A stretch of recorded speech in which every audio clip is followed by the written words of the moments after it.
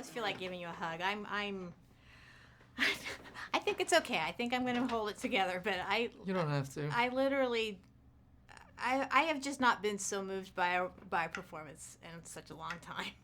I mean, I sat in the theater for like 15 minutes trying. It's one of those things where you're trying not to sob, because you don't want to embarrass yourself. Yeah.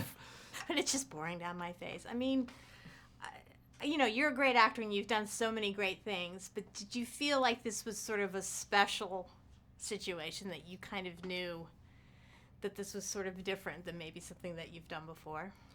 Well, that's very generous of you. Thank you. I don't necessarily feel that way, but I did feel like it was a challenge, and that it was a very special project just because it was so beautifully written, and because Kenny's writing in the past was stuff that I had always admired. So I understood it and the way that he writes and the rhythm of it all, and I really just for some reason I love it. And so and I read this and I thought I would. It was scary. There were challenges in it that I didn't know I'd be able to meet, but I also knew that I wasn't going to give up the opportunity to play the part and take my best shot. Yeah, I mean, how did you? Well, first of all, how did you come out of the space? Sometimes, I mean, were you able to take moments where you could breathe a little bit? Sort of, not very often. A, there was not a lot of time. Yeah. And B, there were a lot of heavy scenes, and even some of the scenes that don't really feel like they're heavy. There's a lot of heaviness on the inside that needs to be sort of brought to bear on the scene to make it work. The character is imposing his own, like, even on the smallest little interactions with people, he's like behaving in a very strange way.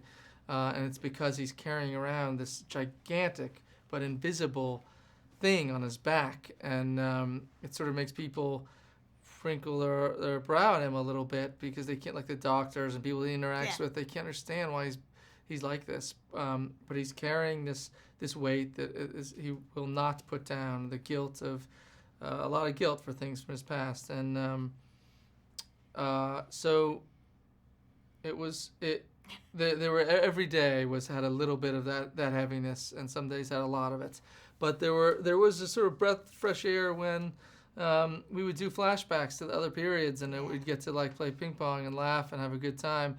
And anytime Michelle was around, it was a bit of a break. Right. She was except for the one scene, but except for the one scene, yes. But most of the time she appears, it's in the flashbacks, and she's like a ray of sunshine, and there's also a lot of humor in the movie. Oh, I know. Which I laughed out loud reading it, and when I saw it with a crowd, I couldn't believe how many the whole crowd would laugh at certain places, and I thought I was a little bit surprised by it because I thought that particular brand of humor was something that only I appreciated. I thought those were like little inside jokes between me and Kenny, and then there's 1,000 people laughing out loud at them. I guess that's what stuff makes between you and Lucas too. Yeah. Patrick. I think there's a lot of sort of inherent niceness. Like a breath of fresh air. Yeah. Because he was so young. And anyway, I guess I have to go. Right. That's it. You didn't cry. I actually didn't cry.